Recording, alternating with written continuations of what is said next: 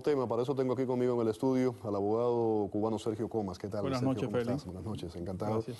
Y vamos también a darle las buenas noches, lo tenemos vía Skype al profesor Juan Antonio Blanco, licenciado en Relaciones Internacionales y analista político de asuntos latinoamericanos y especialista, por supuesto, en temas de Cuba. Bienvenido, buenas noches. Buenas noches. Gracias por estar con nosotros. Quisiera comenzar contigo, Sergio. Los abogados de este señor están sorprendidos. ¿A ti te sorprende? En un sentido, sí, aunque la ley cubana no funciona como el sistema fiscal americano, cuando tú contribuyes la pena baja mucho, porque realmente hay un esclarecimiento de los hechos. Lo que ocurre es que el Estado cubano ha utilizado a este señor para montar un video de 8 horas que se le pasó a los miembros del partido y darle miedo a la gente de lo que viene. Ya. O sea, en esa investigación él lo que hizo fue inculparse más porque señaló a casi 12 empresarios y a unos tantos cubanos y hizo incluso diagramas de cómo se producían las coimas, cómo se daba el dinero, cómo daban el dinero por debajo de la mesa. Hizo explicaciones muy exhaustivas que sirvieron prácticamente para hacer ese video que te cuento, que es un video ideológico que se ha pasado al partido y que se resume en 1 de 6 para la nomenclatura alta y 1 de 3 horas para la población militante. Es decir, que de alguna manera los resultados dependen ahora de que su familia logre que Cuba logre expatriarlo a Canadá y que pase el resto de la condena en Canadá. Eso sería lo mejor para él. Eso es lo único. Vamos a ver eso más adelante. Profesor Blanco, ¿este mea culpa no le sirvió de mucho? No, generalmente con las autoridades cubanas no es posible negociar pactos que sean sólidos y que después ellos cumplan su palabra. En el tema de... habíamos visto ahora que lo usaron tal vez como una especie de chivo expiatorio. Hay otro canadiense también en espera de sentencia. La familia y la defensa están tratando de ver si puede cumplir la sentencia, el resto de la sentencia en Canadá. Hay un acuerdo entre los dos países que permite esto. Sí, es una vieja tradición, incluso se utilizan cartas rogatorias para hacer cumplir la ley en otro país, pero el otro canadiense que básicamente era el jefe de Sarkis en el momento que los dos constituían la compañía Thomas Young, que está presente en Cuba desde la década del 70, que ha suministrado casi toda la base material, la maquinaria pesada con que Cuba ha hecho sus zafras, la minería, y realmente estas personas se expandieron y pusieron dinero en muchas partes. 2 ejecutivos ingleses hicieron lo mismo, sin embargo han sido liberados. Uno el lunes, que es Farkis, y uno el miércoles, que es Faker. Entonces estos señores son los líderes de Coral Capital, que es el gran inversionista de los campos de golf cubanos. O sea, hacia allí apunta porque ha tenido un tratamiento diferenciado, 2 temas iguales de corrupción. Profesor Blanco, ahí estábamos hablando del tratado de prisioneros de Cuba, firmado entre Cuba y Canadá, de 1999 específicamente, en el que da la opción de que sí, de que el ciudadano canadiense pueda salir del país y cumplir el resto de la condena o la condena en Canadá. Creo que en este caso esto se puede aplicar. Sí, yo creo que en ese caso sí se va a aplicar porque a largo plazo al gobierno cubano le interesa mantener una buena relación con Canadá.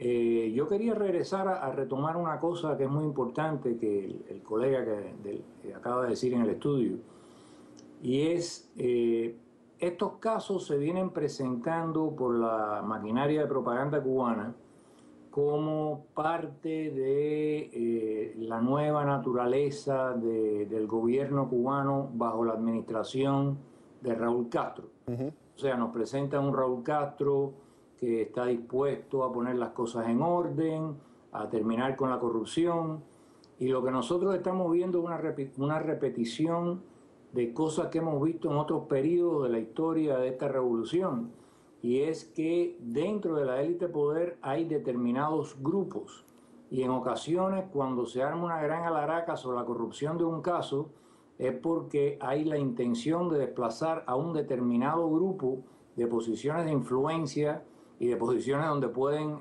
aprovecharse precisamente de la corrupción para que otros acólitos de otros dirigentes vengan y ocupen el lugar.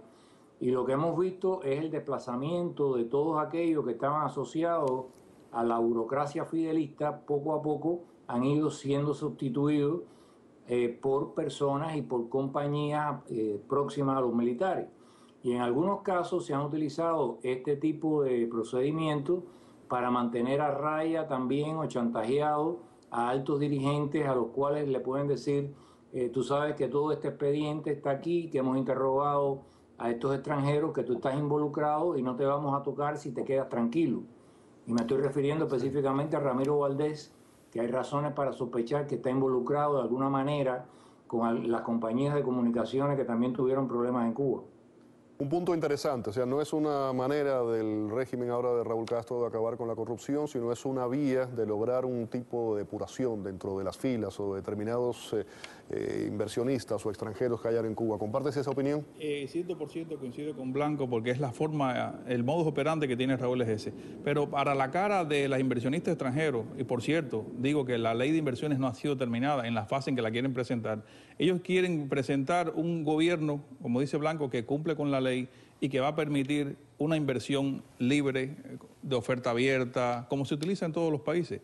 Y básicamente han tenido que modificar el Código Civil, lo hicieron y han modificado 3 artículos en cascada, como se dice prácticamente, para dar un lease de 99 años a la tierra a estos ingleses que van a hacer los campos de golf y que van a hacer grandes inversiones, como por ejemplo la inversión de Bellomonte, que es Habana del Este, donde van a poner 120 millones de dólares. Y estos 2 ingleses que te digo que han soltado, son partes de eso. Es decir, el primer proyecto ya va a echar a andar bajo una concesión de un lease de 99 dólares. Eso no existía antes, Félix. Antes existía una ley que te daba 50 años de lease y ellos han subido la parada. ¿Para qué? Para que los bancos internacionales, para que el capital grande, como es el capital inglés, entre, porque un lease de 99 años es una posesión de dominio. Cuéntanos un poco, hablábamos anteriormente, bueno, que hizo un mea culpa, ese señor habló más de la cuenta y dijo, él pensó, pues como ocurre, por ejemplo, con la justicia estadounidense, que a la hora de hablar eso le podía significar una reducción de sentencia, no ha sido así.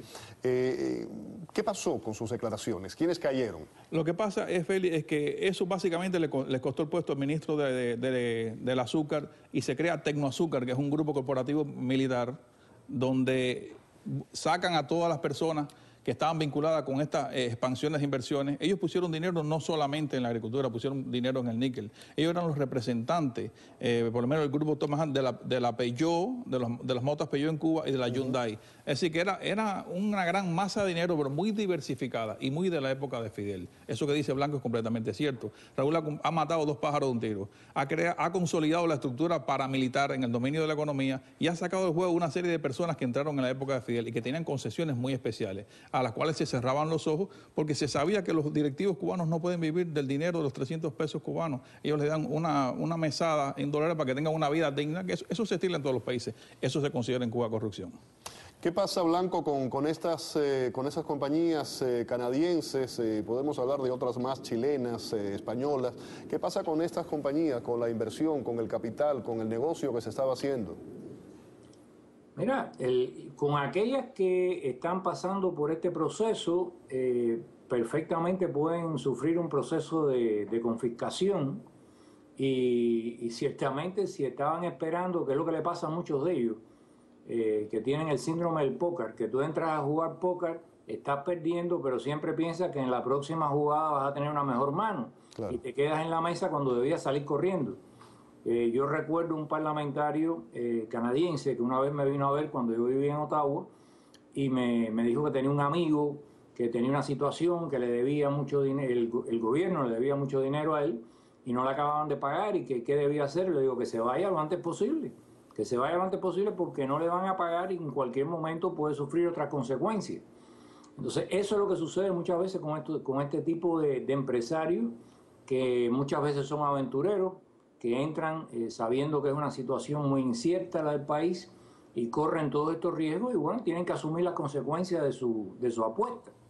Ahora, de nuevo, hay una cosa que dijo mi colega que quiero rescatar porque me parece tan irónica que debo subrayarla. Efectivamente, ellos le están dando a esta empresa terrenos en 100 años de lease y a los campesinos cubanos en 10. O sea, el campesino una gran ironía, sí. Con más de 10 años a una empresa extranjera se la puedo dar por un siglo. Después se habla de corrupción, es increíble. Es un país entero que no tiene the rule of law, no impera la ley, no hay separación de poderes. Cuando algo de esto sucede, la misma gente están sujetos a un proceso en el cual el Ejecutivo, la Fiscalía, la Policía, las fuerzas del orden y los juzgados, es todo la misma cosa.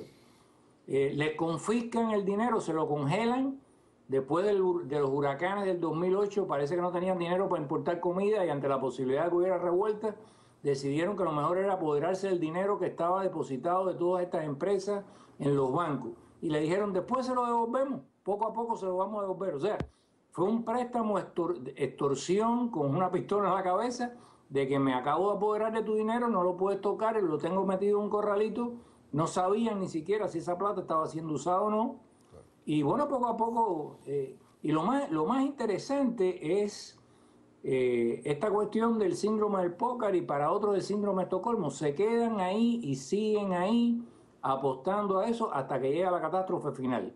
Bueno, ahí lo tienen. Lo lamentable es que en el caso de Canadá es muy posible que los contribuyentes al fisco canadiense tengan que subvencionar el desastre, porque algunas de estas grandes compañías están respaldadas por el Estado canadiense. Interesante ese punto. Blanco, muchísimas gracias por haber estado con nosotros en el programa. También Sergio Comas, que estaba con nosotros aquí en el estudio. Vamos a la pausa. Al regreso, no escampa para Nicolás Maduro. Ahora una comisión de observadores europeos lo está acusando de hacer trampas, así lo dicen, en la pasada elección presidencial. Le explicamos por qué.